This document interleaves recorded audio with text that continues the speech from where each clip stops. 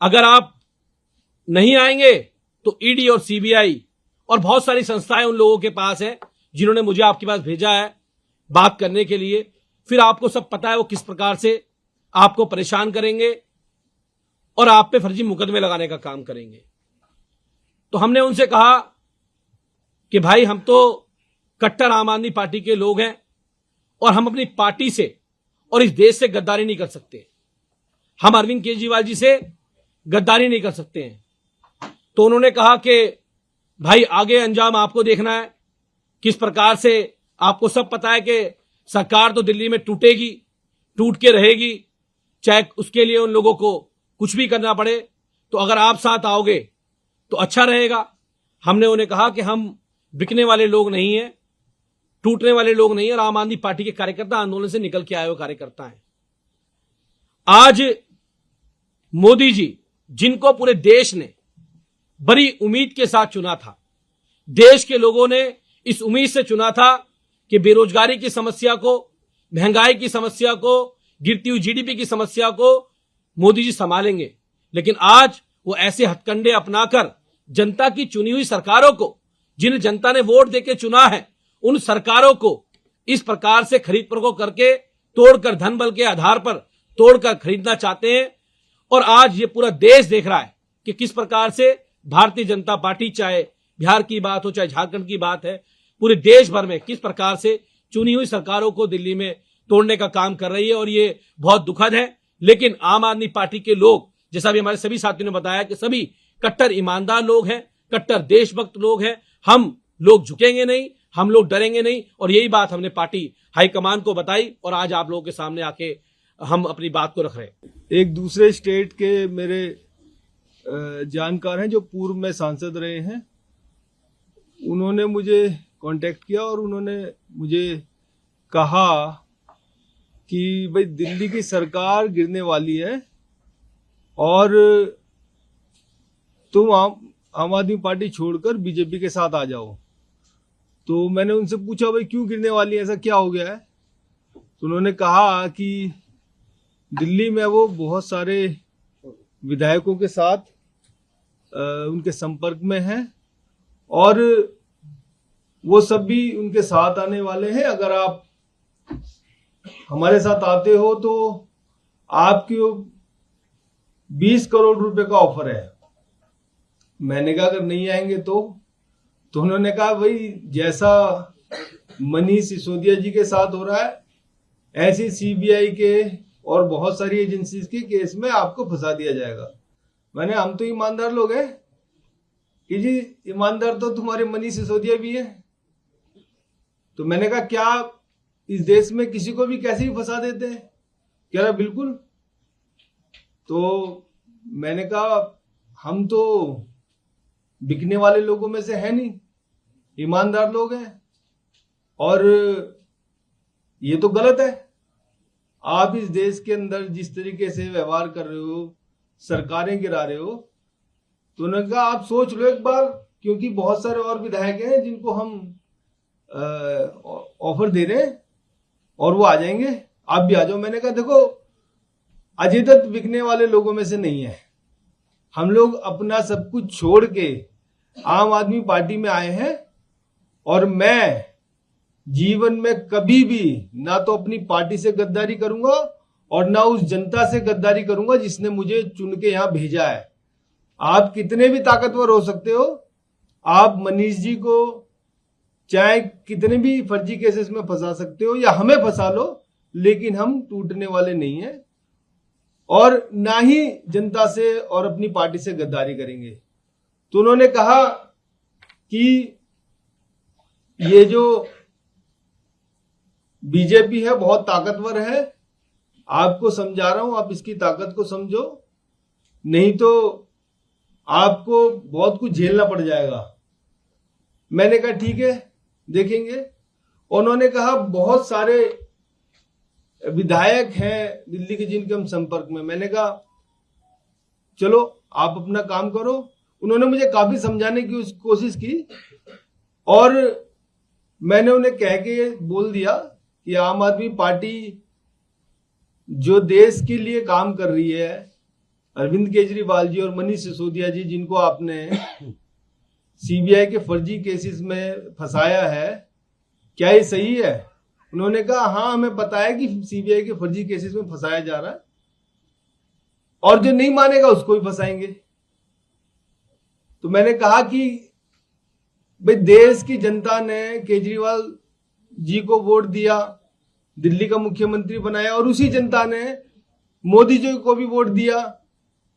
क्या आप उस जनता के साथ ये बदला ले रहे हो जिन्होंने दिल्ली का मुख्यमंत्री बनाया? और बाकी आपने महाराष्ट्र में भी जो सरकार गिराई, तो आप तो पूरे देश की जनता से बदला ले रहे हो। उन्होंने कहा अभी तो हमारी चल रही है भाई साहब, और हम जो चाहेंगे वो करेंगे। तो मैं बहुत दुखी हुआ और मैं ये कहना चाहता हूं आपके माध्यम से कि इस देश को बदलने के लिए बहुत सारे लोग अलग अलग जगह से आए, ईमानदारी से काम कर रहे हैं। जनता ने बड़े उम्मीदों से आम आदमी पार्टी के लोगों को वोट दिया। दिल्ली में अच्छी सरकार बनी, शिक्षा में काम हुआ, स्वास्थ्य में काम हुआ, और ऐसी सरकार को गिराने की कोशिश की जा रही है, बहुत शर्मनाक है। और फिर हम जैसे लोगों को खरीदने की कोशिश की जा रही है, जो अपना सब कुछ त्याग के छोड़ के पॉलिटिक्स में आए हैं और ईमानदारी से काम कर रहे हैं, और देश देख रहा है। मुझे लगता है जनता के साथ बहुत बड़ा बदला लेने की कोशिश की जा रही है पूरे देश में और दिल्ली में, और मुझे लगता है जनता इसका जरूर समय आने पे जवाब देगी, क्योंकि ये देश लोकतंत्र और जनतंत्र से चलता है, जमहूरियत से चलता है। और मैं इतना जरूर कहना चाहूंगा कि आम आदमी पार्टी को खरीदने की, आम आदमी पार्टी के एमएलए, हम जैसे एमएलए को खरीदने की अभी तक कोई ना तो रकम बनी है और डराने वाली कोई ताकत भी बनी है। जय हिंद। तो सबसे पहले तो मैं अपने बहादुर साथी विधायकों को हृदय से बधाई देना चाहता हूं, दिल्ली की जनता और देश की जनता की ओर से, जिन्होंने साबित किया कि ये केजरीवाल के और आम आदमी पार्टी के सच्चे सिपाही हैं। देश के लिए, लोगों के लिए लड़ेंगे, दिल्ली की जनता के लिए काम करेंगे। भारतीय जनता पार्टी की किसी धमकी, किसी बंदर घुड़की, किसी जांच, किसी सीबीआई और ईडी से ये लोग डरने वाले नहीं हैं। और भाजपाइयों, मैं तुमको बताना चाहता हूं, आदरणीय नरेंद्र मोदी जी, मैं आपको बताना चाहता हूं, आपने शिंदे और उनके विधायकों को धमकाकर तोड़ लिया होगा। आपने कर्नाटक के विधायकों को, कांग्रेस के विधायकों को धमकाकर तोड़ लिया होगा। आपने अरुणाचल में कांग्रेस के विधायकों को धमकाकर तोड़ लिया होगा। आपने उत्तराखंड में विधायकों को धमकाकर सरकार गिरा ली होगी। आपने मध्य प्रदेश में तोड़फोड़, खरीद फरोख्त, धमकी, जांच करके सरकारों को गिरा लिया होगा, तोड़ लिया होगा। एक बार बिहार में भी आपने डरा धमका के सरकार बना ली होगी। लेकिन ये दिल्ली है, देश की राजधानी है। यहां पर अरविंद केजरीवाल को जनता ने प्रचंड बहुमत से चुना है। एक बार 67, एक बार 62 और पहली बार 28, 3 बार सरकारें बनाई हैं। कभी भी हमारा विधायक टूटा नहीं।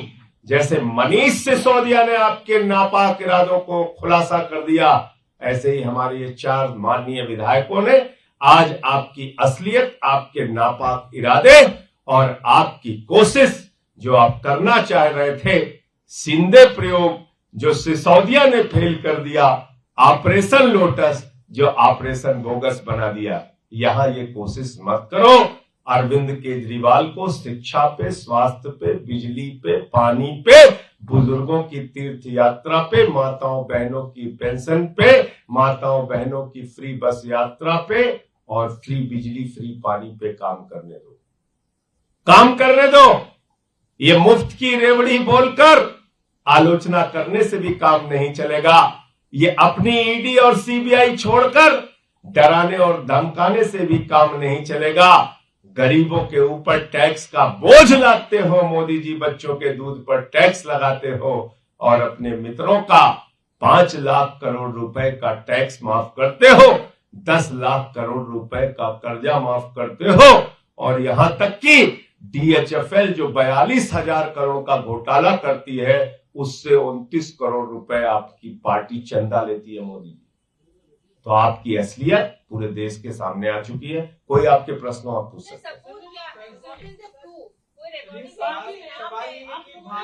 सबसे बड़ा सबूत यह है कि मुकुल राय टूट के गए, किसी मीडिया को नहीं बताया। शिंदे टूट के गए, किसी मीडिया को नहीं बताया।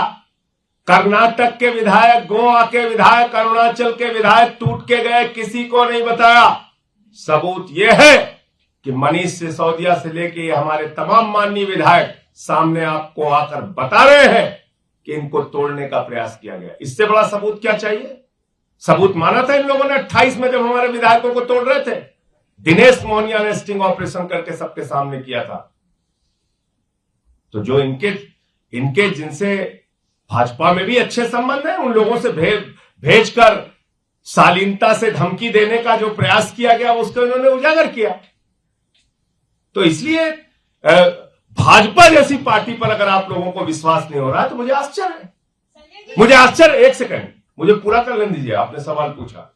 मुझे आश्चर्य है जिस पार्टी ने मध्य प्रदेश की सरकार को गिरा दिया, जिस पार्टी ने गोवा में तोड़फोड़ करके सरकार बना दी, जिस पार्टी ने कर्नाटक में मंत्री और करोड़ों रुपए का खोखा चल रहा है वहां महाराष्ट्र में।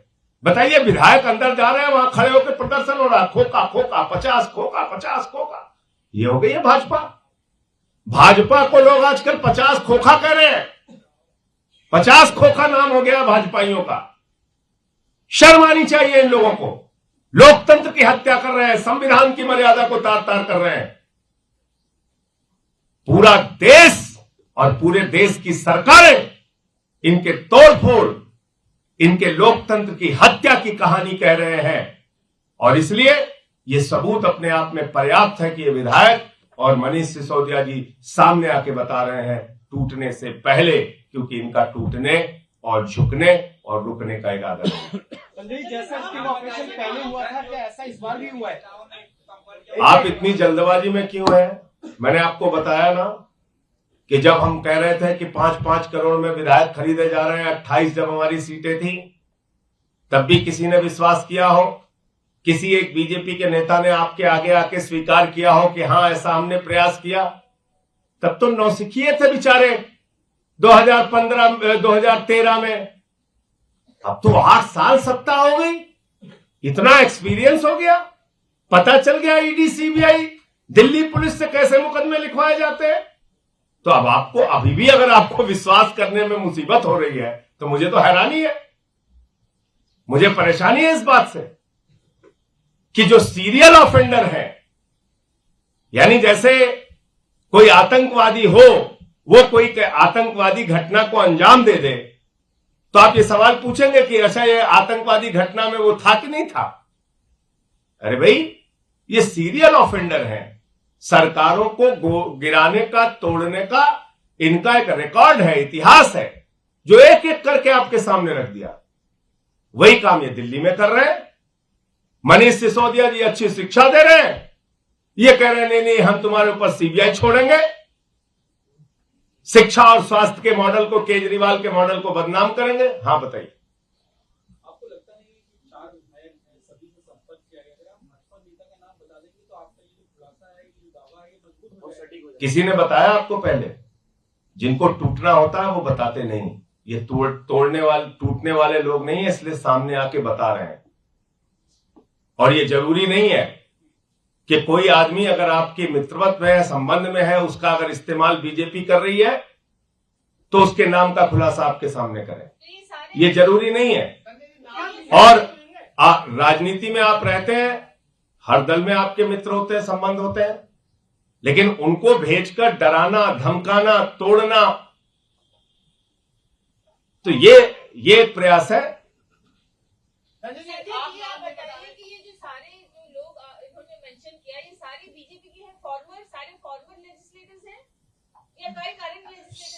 हाँ नहीं एक एक करके बता दे। सोमनाथ जी ने बताया, राष्ट्रीय स्तर के नेता, एक ने बताया पूर्व विधायक, एक ने बताया पूर्व सांसद, एक ने बताया पश्चिमी दिल्ली का नेता। पूरी प्रेस कॉन्फ्रेंस में तो आप बैठी थी, सब तो सुन रही थी आप। धन्यवाद।